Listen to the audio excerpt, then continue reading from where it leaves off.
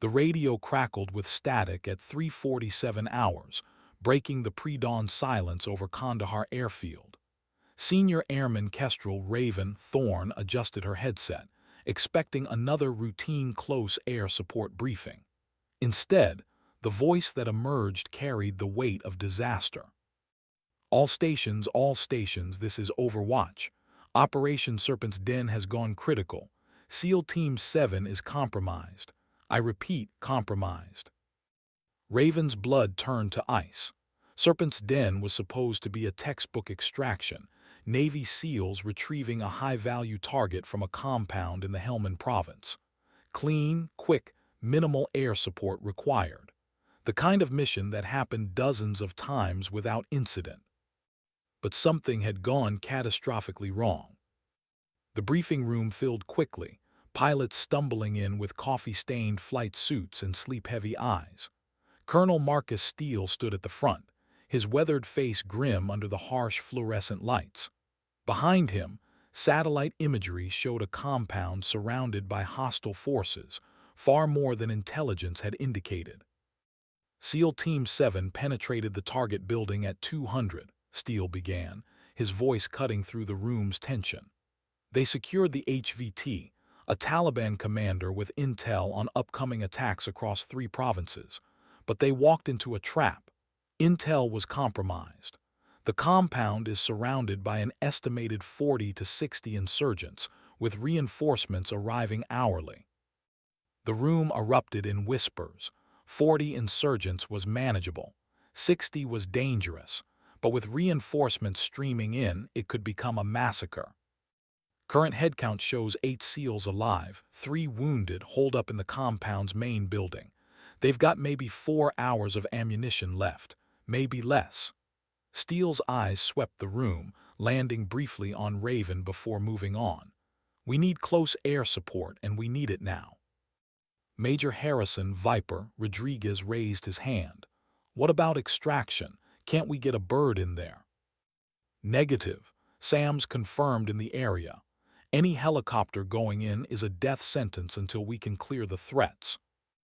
Raven studied the satellite feed, her mind already calculating angles, approach vectors, egress routes. The compound sat in a valley, surrounded by ridgelines that would provide perfect cover for surface-to-air missile teams. It was a nightmare scenario for any pilot. This is a volunteer mission only, Steele continued. I won't order anyone into this meat grinder, but those boys down there are counting on us. The silence stretched like a wire about to snap. 8 Navy SEALs, the military's elite, trapped and outnumbered. Their families would be getting phone calls soon if nothing changed. Raven's hand went up before she could stop herself. The room turned to stare. Someone in the back snickered. Major Rodriguez shook his head slightly, as if to say, "Not now, kid." But Colonel Steele's eyes locked onto hers, and she saw something there, not dismissal but calculation. The briefing room held its breath as the morning sun began to creep over the Afghan horizon, painting the sky the color of old blood. Captain Jonah Ghost McKenna leaned back in his chair, arms crossed over his chest. At 34, he was the squadron's golden boy, Harvard graduate, 2 silver stars, and enough confirmed kills to make other pilots nervous. His F-16 gleamed on the tarmac like a metallic predator, and he flew it with the precision of a surgeon and the aggression of a berserker. "Sir, with respect," Ghost said, his voice carrying the casual confidence that came from being untouchable, "this is going to require surgical precision and overwhelming firepower. The A-10 is a 70-year-old flying tank.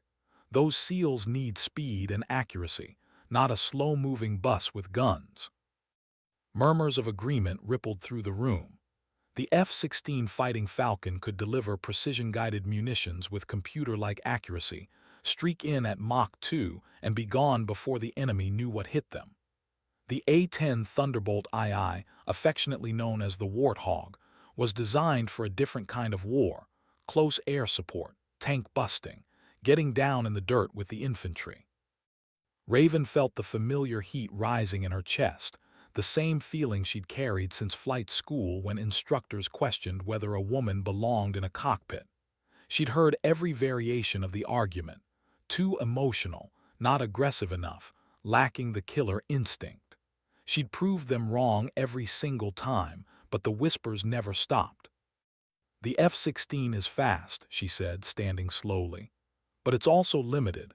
2 passes, maybe 3 before your bingo fuel and heading home. Those SAM sites will adapt. They'll learn your pattern." Ghost's smile was razor-thin. "1 pass is all I need, Raven. Clean, precise, surgical. That's how you save lives." Surgical doesn't help when the enemy is dug into buildings with civilians nearby.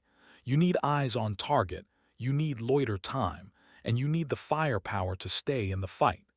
Raven's voice remained steady, professional.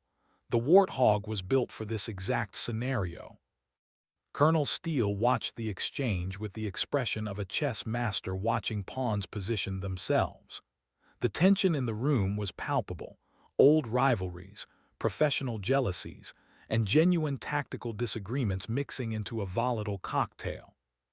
"McKenna makes valid points," Steele said finally. "The F-16 has the speed to get in and out quickly, minimizes exposure to SAMs. But Thorne's right about loiter time," added Captain Lisa Fury Chen, the squadron's only other female pilot. "Once those SEALs start moving, they'll need continuous overhead support. The Warthog can stay on station for hours." Ghost stood, his chair scraping against the concrete floor. "Colonel, I'm not questioning Thorne's abilities, but this mission requires experience. She's got, 18 months in country. I've been flying combat missions since before she graduated from the academy." The room fell silent. Raven felt every eye on her, weighing, measuring, judging. She thought about her father, Master Sergeant William Thorne, who'd spent 3 tours in Iraq and came home with shrapnel in his leg and stories he never told. She thought about the call sign, Raven, earned not for her dark hair, but for her ability to see death coming from miles away. "Experience matters," she said quietly, "but so does the right tool for the job." Something in her voice made Ghost pause. Steele leaned forward, his decision already made but not yet voiced. The satellite feed continued its silent vigil, showing a compound where 8 Navy SEALs waited for salvation that might never come.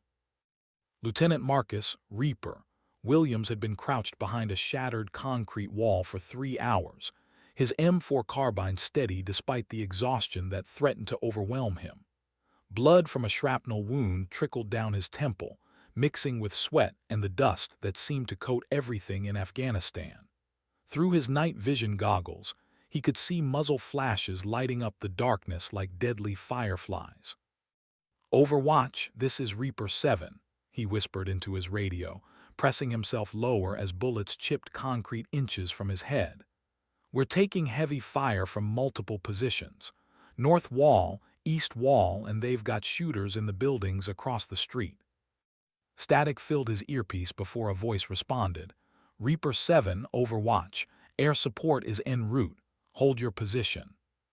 Williams almost laughed. Hold position, as if they had anywhere else to go. Behind him, Petty Officer Second Class Tommy Doc Vasquez worked frantically on Petty Officer First Class Jake Morrison, whose leg had been torn open by an RPG blast 2 hours earlier.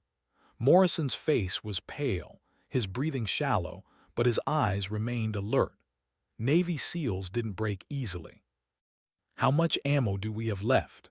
Williams asked Petty Officer Second Class Alex Spectre Kumar, who was covering the eastern approach with methodical, disciplined bursts of automatic fire. "Maybe 40 mics total," Kumar replied without taking his eyes off his sector. "Reeves and Jackson are down to their last mags." 40 magazines between 8 men. In a sustained firefight, that might last another hour. Maybe 2 if they were conservative. But conservative meant letting the enemy dictate the terms, and Williams had learned long ago that passive defense was just delayed defeat. The high-value target, a Taliban commander named Qasim Rashid, sat zip-tied in the corner, his eyes moving constantly between the seals and the windows. Intelligence indicated Rashid had orchestrated attacks across 3 provinces, killing dozens of coalition forces and hundreds of Afghan civilians. He was their ticket home, but only if they lived long enough to deliver him. Contact North Wall. Petty Officer First Class Sarah Blade Reeves opened fire, her rifle crackling in controlled bursts. 2 shooters advancing on the courtyard. Williams shifted position, bringing his rifle to bear on the northern approach. Through his scope, he could see figures moving between the buildings, maneuvering closer. They were professional, disciplined fire, coordinated movement, proper use of cover and concealment. These weren't amateur fighters high on opium and religious fervor. These were experienced combatants who knew their business. "Doc, how's Morrison?" Williams called over the sound of gunfire. "Stable for now," Vasquez replied, not looking up from his patient. "But he needs a hospital, soon." Williams nodded grimly. They all knew the math. Morrison wouldn't survive much longer without proper medical care, and they were trapped in a building surrounded by an unknown number of hostiles, with reinforcements arriving constantly. The radio crackled again. "Reaper 7, this is Raven 1-1. I'm 15 minutes out. Can you mark your position?" Williams frowned. The call sign was unfamiliar and the voice was definitely female. In his 6 years as a Navy SEAL, he'd worked with dozens of pilots, Air Force, Navy, Marine Corps. Most were competent professionals who did their job and went home. Some were cowboys who took unnecessary risks. A few were artists who could drop ordnance with surgical precision. He'd never worked with a female close air support pilot. The morning sun climbed higher over the Afghan landscape, its light revealing a tactical situation that grew more desperate by the hour. In 90 minutes, the compound would be fully illuminated, making concealment impossible. The SEALs would be exposed, vulnerable, easy targets for the increasing number of hostile forces surrounding their position. Time was running out for 8 of America's finest warriors, trapped in a country that had swallowed armies for generations. Raven climbed into the cockpit of her, Thunderbolt II, as the first rays of sunlight painted the mountains surrounding Kandahar airfield. The aircraft, tail number 810964, had been her mount for 18 months, every rivet, every switch, every quirk as familiar as her own heartbeat. She'd named it Redemption, though she'd never told anyone why. The Warthog wasn't beautiful in the conventional sense. Where the F-16 was sleek and predatory, the A-10 was brutal and purposeful. Its twin engines mounted high on the fuselage, its distinctive straight wings, and its massive GAU-8 Avenger cannon gave it the appearance of a flying gun with an airplane built around it, which, in many ways, was exactly what it was. "Raven 1-1 ground crew," came the voice of Staff Sergeant Miguel Santos, her dedicated crew chief. Santos had been maintaining aircraft longer than Raven had been alive, and he treated each plane like his personal responsibility. "Pre-flight complete. She's loaded with mixed ordnance, Maverick missiles, CBU-105 cluster bombs, and 1,700 rounds for the GAU-8. You've got maximum fuel and a clean bird." "Copy, Santos. Thanks for keeping her honest," Raven replied, running through her pre-flight checklist with mechanical precision. Every switch, every gauge, every system checked and double-checked. In combat, there were no second chances for overlooked details. The radio crackled with traffic as other aircraft prepared for takeoff. Ghost's F-16 was already taxiing to the runway, its single engine whining with barely contained power. He'd volunteered for the mission after all, probably unable to stomach the idea of a female pilot taking the glory. Or maybe he genuinely wanted to help. With Ghost, it was impossible to tell where professional rivalry ended and personal ego began. "Raven 1-1 Tower, you're cleared to taxi runway 27. Wind is 280 at 12 knots.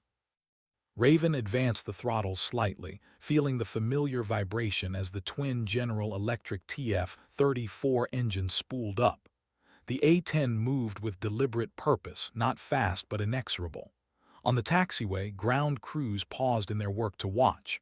Some waved, others just stared. She was still enough of a novelty, a female combat pilot, that her takeoffs drew attention. As she approached the runway, Raven's mind shifted into combat mode. 17 years old, she'd watched the Twin Towers fall on live television in her high school chemistry class. Like many of her generation, that day had changed everything. Her father had already been serving, but watching those buildings collapse had crystallized something in her mind. There were people in the world who wanted to destroy everything she cared about, and someone had to stand between them and innocent people. Raven 11, you're cleared for takeoff. Contact Departure Control 126.5. They accelerated down the runway with surprising speed for such an ungainly-looking aircraft. At rotation speed, Raven pulled back gently on the stick, feeling the aircraft lift into the Afghan morning sky. Below, the base grew smaller, and ahead lay the Hindu Kush Mountains where 8 Navy SEALs waited for salvation. Departure, Raven 11 airborne, climbing to flight level 180. Raven 11, departure control. Proceed direct to checkpoint Alpha. You're cleared to contact Overwatch on secure frequency. As the aircraft climbed, Raven allowed herself a moment to appreciate the stark beauty of the Afghan landscape. Ancient mountains stretched to the horizon, their peaks crowned with snow that would never melt. Somewhere in those mountains, Osama bin Laden had planned the attacks that brought her here. Somewhere else, Taliban fighters prepared to kill American servicemen.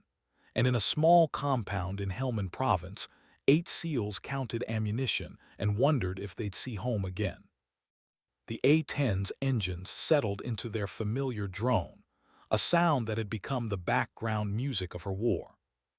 23 minutes after takeoff, Raven's aircraft crossed into hostile airspace over Helmand Province. The landscape below shifted from the relatively civilized areas around Kandahar to the wild, contested terrain where Taliban fighters moved freely, and coalition forces ventured only in strength. Ancient irrigation canals carved geometric patterns across fields that hadn't been farmed in years, their abandonment a testament to decades of continuous warfare. Overwatch, Raven 11. I'm on station, altitude 18,000 feet, full fuel and ordnance, ready for tasking. Raven 11, Overwatch. Good to have you overhead. Be advised, SAM threats are confirmed in your area of operations. Recommend staying above 15,000 until we can get a better picture. Surface-to-air missiles. The bane of every close air support pilot's existence.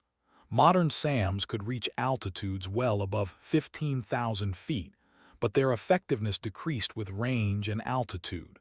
Still, staying high meant reduced accuracy for her weapons systems and made target identification more difficult. Overwatch, Raven 11. What's the threat assessment on those SAMs? Raven 11. Intelligence suggests man-portable systems. Probably Stingers, maybe some Russian SA-7s. Nothing that should reach you at altitude, but we've been wrong before. The casual mention of being wrong before sent a chill down Raven's spine. In military parlance, being wrong about SAM threats meant pilots died. Aircraft were shot down. Missions failed catastrophically. Raven 11, this is Reaper 7, came a new voice, steady despite the sound of gunfire in the background. We're taking heavy fire and need immediate close air support. Can you see our position?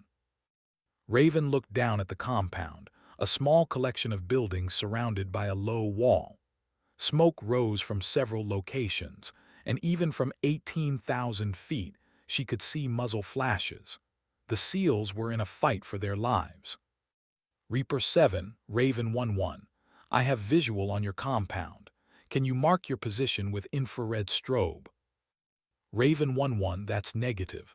We're conserving batteries, but we're in the main building, center of the compound. Bad guys are everywhere else. Everywhere else. That made target identification more complex. In close air support, the most important principle was positive identification of targets. Dropping ordnance on friendly forces was every pilot's nightmare, and with SEALs and enemies in close proximity, the margin for error was essentially zero. Reaper 7, I need you to describe the tactical situation. Where are the primary threats? Raven 1-1, we've got shooters in buildings to our north, east, and west. Estimated 15 to 20 fighters with small arms and RPGs.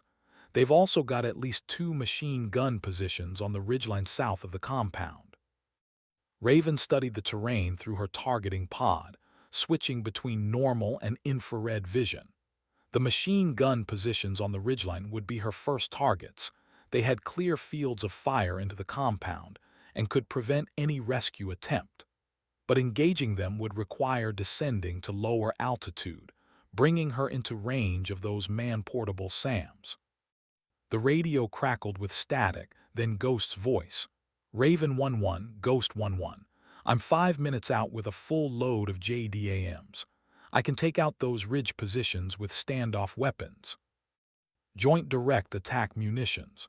GPS-guided bombs that could be dropped from altitude with devastating accuracy. Ghost's plan made tactical sense. Eliminate the threats from a safe distance, then let the A-10 handle close-in support. But Raven had seen the satellite imagery, studied the terrain.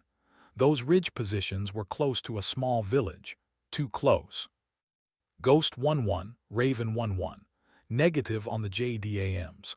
I'm seeing structures that might be civilian. We need eyes on target before dropping heavy ordnance. The silence that followed carried the weight of professional disagreement and personal tension. In the compound below, 8 Navy SEALs continued fighting for their lives, unaware that their rescue was being debated in the sky above.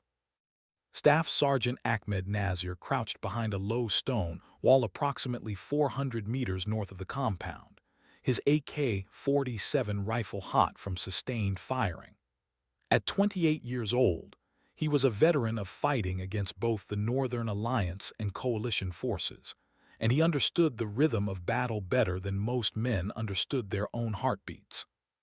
The Americans were trapped, but they were far from finished. Nazir had watched 3 of his men die trying to assault the main building, their bodies sprawled in the courtyard where they'd fallen. The Navy SEALs were everything their reputation suggested: disciplined, accurate, and utterly without fear. But Nazir had advantages: numbers, local knowledge, and time. With every hour that passed, more fighters arrived from neighboring villages. The Americans would run out of ammunition eventually, and when they did, the compound would fall. "Commander," whispered Tarek, one of Nazir's younger fighters, "the aircraft overhead. Should we prepare the missiles?" Nazir looked up at the sky, squinting against the morning sun. Somewhere above the cloud layer, American warplanes circled like mechanical vultures. He'd seen what their bombs could do: entire buildings reduced to rubble, fighting positions obliterated in seconds. But he'd also seen aircraft shot down, their pilots captured or killed. "Not yet," Nazir replied quietly. "Let them come lower, let them think they are safe." The Stinger missile systems were hidden in caves carved into the ridgeline, operated by men trained in Pakistan's tribal areas. American pilots were skilled, but they were also predictable. They would descend to get better targeting data, and when they did, the missiles would be waiting. "Movement in the compound," called another fighter from a position to the east. "2 Americans, northwest corner." Nazir shifted his rifle, looking through the scope toward the compound. He could see the Americans moving, shadows against shadows, professional and careful. They were preparing something, perhaps an attempt to break out, or maybe just repositioning to better defensive positions. His radio crackled with reports from other fighting positions. The Americans were surrounded, but they weren't passive. Small, accurate bursts of gunfire discouraged any attempt to get closer, and the one time a group of fighters had tried to rush the building, they'd been cut down with surgical precision. "All positions," Nazir spoke into his radio, "maintain overwatch. Do not attempt to assault. We wait for them to run out of ammunition."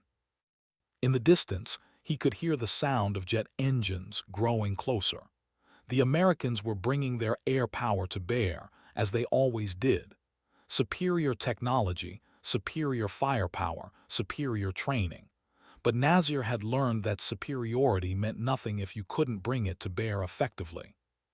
The sky began to clear, clouds dissipating in the morning heat. Soon the aircraft would be visible, vulnerable, within range of the weapons hidden in the mountainside. Nasir settled into position and waited. Patience was a weapon too, and he'd learned to use it with devastating effect. In the compound, Lieutenant Williams could hear the jet engines growing closer. Air support was arriving, but so was the sound of more vehicles in the distance, reinforcements for the enemy forces already surrounding them. The tactical situation was balanced on a knife's edge, and the next few minutes would determine whether 8 Navy SEALs went home or joined the thousands of Americans who died in this ancient, unforgiving land. At 18,000 feet, Raven adjusted her aircraft's position to get a better view of the ridgeline south of the compound. Through her targeting pod, she could see the machine gun positions that had the SEALs pinned down, sandbagged emplacements with clear fields of fire. But she could also see something else. Small buildings clustered near the base of the ridge, possibly a village or compound where civilians might be sheltering. Overwatch, Raven 1-1. I'm seeing potential civilian structures near the target area. Request updated rules of engagement. Raven 1-1, Overwatch. Rules of engagement remain unchanged. You are authorized to engage military targets with minimum risk to civilian personnel. Use your best judgment. Best judgment. In the sterile language of military operations, it sounded simple. In reality, it meant that Raven would carry the weight of any mistakes for the rest of her life. Every close air support pilot had heard the stories. Ordnance dropped on wedding parties, schools, hospitals. Intelligence failures that turned heroes into war criminals overnight. Ghost 1-1, Raven 1-1, came the transmission she'd been dreading. I'm locked onto those ridge positions with GPS coordinates. I can eliminate those threats in 30 seconds. Ghost's F-16 was invisible somewhere above the cloud layer, but Raven knew he was there, probably frustrated by her hesitation. From his perspective, the tactical solution was simple. Drop bombs, eliminate threats, save the SEALs. Clean, precise, surgical. Ghost 1-1, hold fire. I'm going down for visual confirmation. Raven 1-1, that's not advisable. Those SAM threats. Ghost 1-1, I said hold fire. Raven pushed the nose down, beginning a gradual descent toward the mountains below. At 15,000 feet, she was theoretically safe from man-portable SAMs. At 12,000 feet, she was in the danger zone. At 8,000 feet, where she'd need to be for positive target identification, she'd be well within range of anything the enemy might have. The A-10's engines changed pitch as she descended, and the landscape below began to resolve into greater detail. Through her targeting pod, she could see individual buildings, vehicles, even people moving between structures. The machine gun positions on the ridgeline were clearly visible now, sandbags, weapons, and at least 4 fighters manning each position. But the buildings at the base of the ridge were indeed occupied. She could see smoke rising from cooking fires, laundry hanging on lines, children playing in a courtyard. A village, not a military compound. Reaper 7, Raven 1-1. I'm in position to engage the ridge positions, but I need to know if you've seen any civilian movement in the area. Raven 1-1, negative on civilian movement, but we're taking heavy fire from those positions. We need them eliminated now. The tension in the SEAL's voice was unmistakable. Men were dying, ammunition was running low, and time was running out. But Raven had also seen what happened when pilots rushed into target engagement without proper assessment. She thought about Captain Lisa Martinez, who'd been court-martialed after dropping ordnance on what intelligence had assured her was a Taliban compound. Turned out to be a school. Reaper 7, I'm adjusting my approach to minimize collateral damage. Stand by. At 8,000 feet, Raven began her attack run, the A-10's nose pointed toward the ridge positions. The aircraft felt solid beneath her, steady and predictable. Through her heads-up display, she could see the targeting reticle settling onto the machine gun positions. But as she descended through 7,000 feet, her radar warning receiver suddenly came alive with the distinctive tone that every pilot dreaded: missile lock. Somewhere in the mountains below, a surface-to-air missile system had just painted her aircraft with its targeting radar. The SAM warning tone filled Raven's cockpit like an electronic death knell, its urgent beeping synchronized with her suddenly racing heartbeat.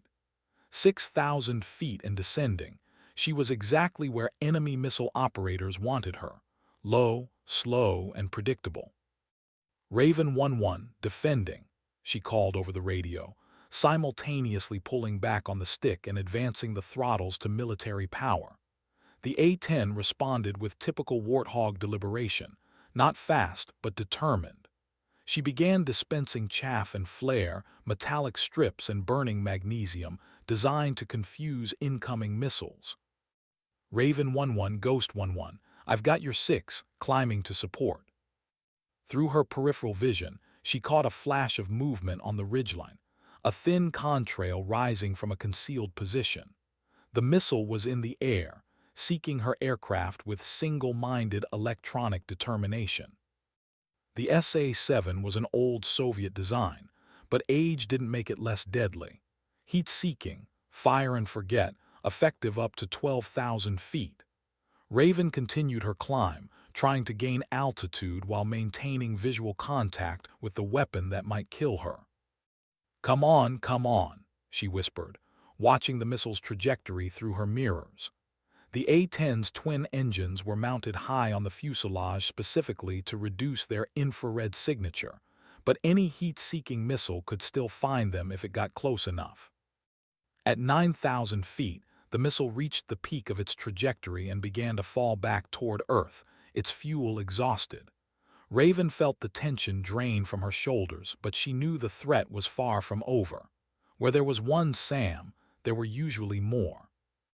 Overwatch, Raven 1-1, taking SAM fire from the ridgeline. Confirm intelligence on missile threats. Raven 1-1, Overwatch. Intelligence update. SAM threats confirmed. Estimate 2 to 3 man-portable systems in your area of operations. 2 to 3 systems, each with multiple missiles. Raven did the math quickly, potentially a dozen missiles waiting for her to descend back into their engagement envelope. The machine gun positions that had the SEALs pinned down were protected by a deadly umbrella of surface-to-air missiles. Reaper 7, Raven 1-1. I'm taking SAM fire from the ridge, going to need to adjust tactics. Raven 1-1, understood. How long before you can engage those positions? How long? Raven looked down at the compound where she could see muzzle flashes still sparkling like deadly stars.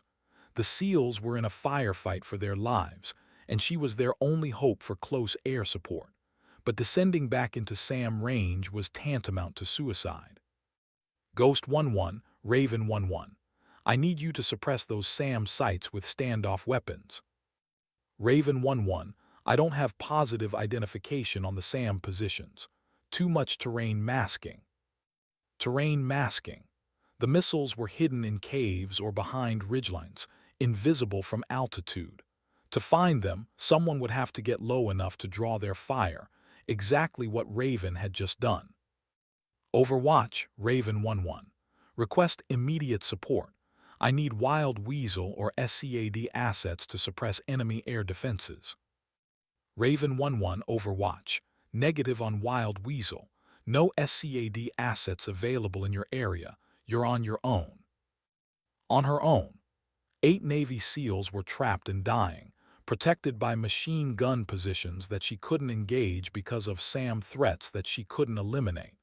It was the kind of tactical puzzle that had no clean solution, the kind that kept pilots awake at night wondering if they'd made the right choice.